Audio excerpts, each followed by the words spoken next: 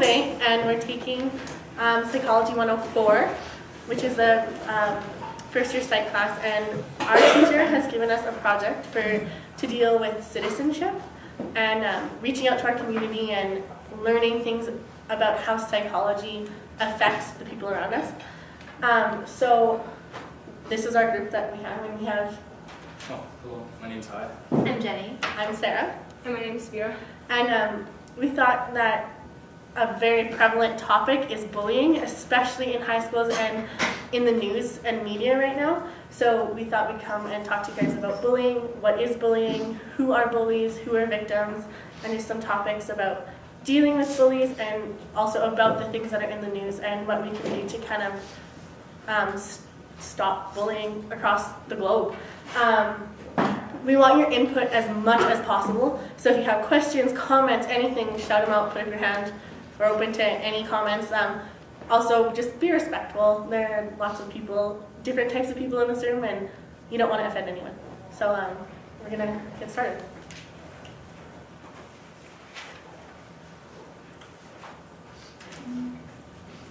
So we'll get started. Is there anyone who wants to take a shot at defining or giving an example of what bullying is? Come on, guys. Who knows? Go ahead. Picking on someone? Picking on someone, yeah, that's good. What else? Example, maybe just... Describing someone in a negative way. Yeah, definitely. Maybe just one more. What do you think? Making the other person feel bad. Well, Making the other person feel bad. okay. Yeah, those are all pretty good examples in the definition.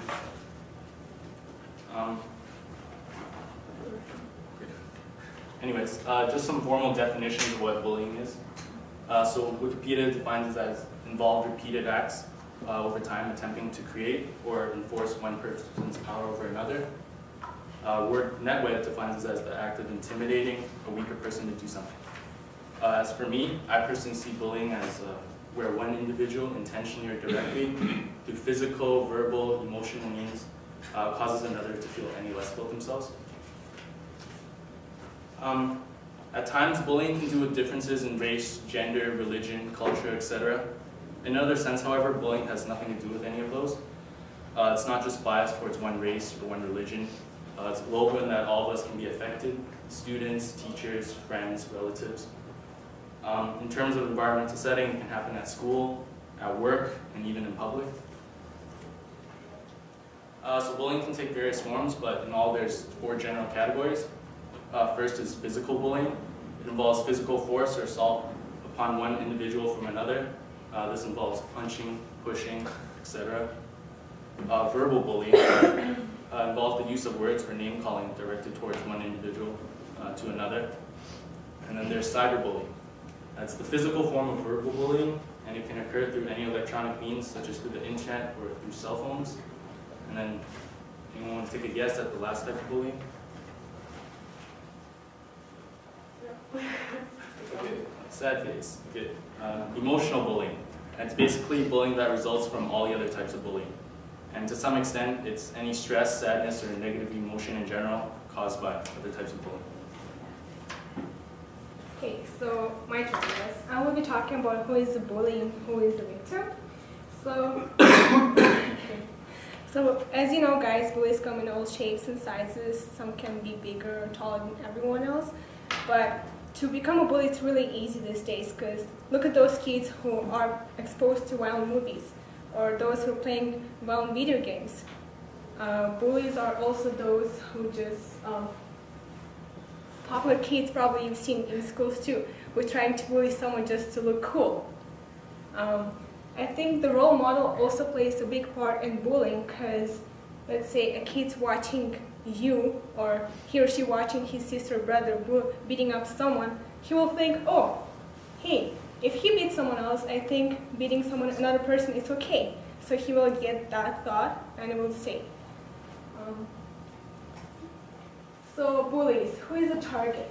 For a bully to pick a target, it's really easy. It can be any one of us. It can be a smaller or bigger person, and I think the most important thing when a bully picks a target is, especially on minority groups, and for those people who, even just by just picking a name, they can bully you.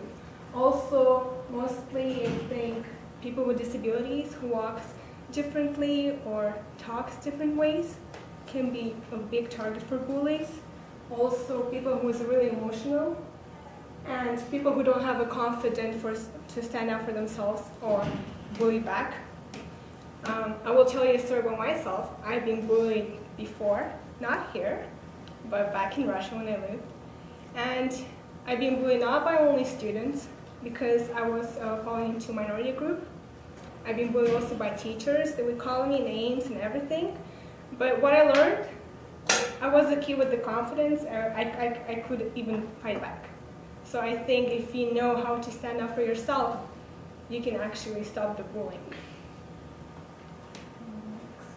So the typical victim of bullying is, of course, someone who bullies or been bullied. So it has negative attitudes, and he or she has trouble with social interactions, and doesn't have a good problem-solving skills, and of course negative influence from their peers. And there is also a video of a girl who been bullied as high-defined cyberbullying, and I would like you to watch, and then you can tell me about your opinions, what you think of this video. Just the advertisement. Even though it's super. T-shirts, DVDs, and more, all in one place. Showtime. Store.show.com. Officials in Massachusetts believe there's been another tragic, deadly case of cyberbullying.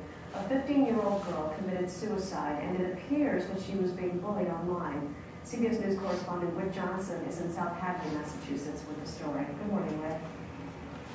Maggie, good morning. 15-year-old Phoebe Prince moved here from Ireland. She began attending South Hadley High School last fall. She was trying to adjust to a new life in a new town, a new country, when she fell victim to a growing trend. Phoebe Prince appeared to be well-adjusted and happy, but underneath, friends say the 15-year-old freshman was tormented, a victim of cyberbullying. She was being bullied because she was pretty and people were just jealous. Phoebe's classmate, who does not want to be identified, says he was one of her closest friends, but she never revealed her pain. They called her an Irish slut and a whore. According to a letter from Phoebe's high school principal, what began as mean-spirited comments at school soon found their way online, something experts say can be far more dangerous. Cyberbullying can be so dangerous because it leads to cyber mobbing, where kids can get together and attack another child 24 hours a day, 7 days a week.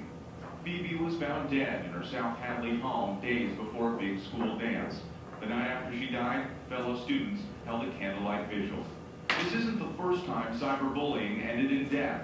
In 2006, 13-year-old Megan Meyer killed herself after being harassed on MySpace by a neighbor's mother posing as a teenage boy.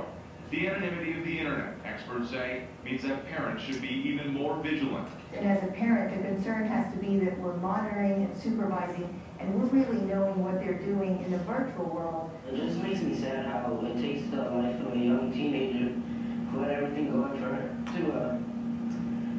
to bring the community to realize how bad bullying is. School officials say the incident is under investigation and some students have already been disciplined. Meanwhile, Phoebe's family has flown her body back to Ireland to be laid to rest. Maggie? Whit Johnson in South Hadley, Massachusetts. Thank you, Whit. So I have a question for you guys about that video. One of my thoughts was, at the vigil, you saw all those students standing there with candles. How many of those students do you think bullied her? Most of them. Most of them, right? So it's just proof that people don't feel bad until something horrible and tragic happens, like suicide, which is what we need to stop. Bullying should be stopped at the source, and if all those bullies feel regret at the vigil, it's still not solving the problem, because they're still going to continue doing it until another person dies and another person dies. So that's just my 2 cents. Does anyone else have any opinions on that story? Well, how she commits suicide, it can be fixed. how would you fix it? That's my question. She went to the school, nobody did anything. Sometimes things just get so bad, right? And sometimes you reach a breaking point where you feel like it can never get better and no one's here to help, and that's why we're here to tell you guys that if you do see someone or know someone who does feel as she does, like her friend, they could have told her that it's gonna be okay, I'm here for you, I care about you, if you need help, I'll be here to help you, and things like this could have been prevented. There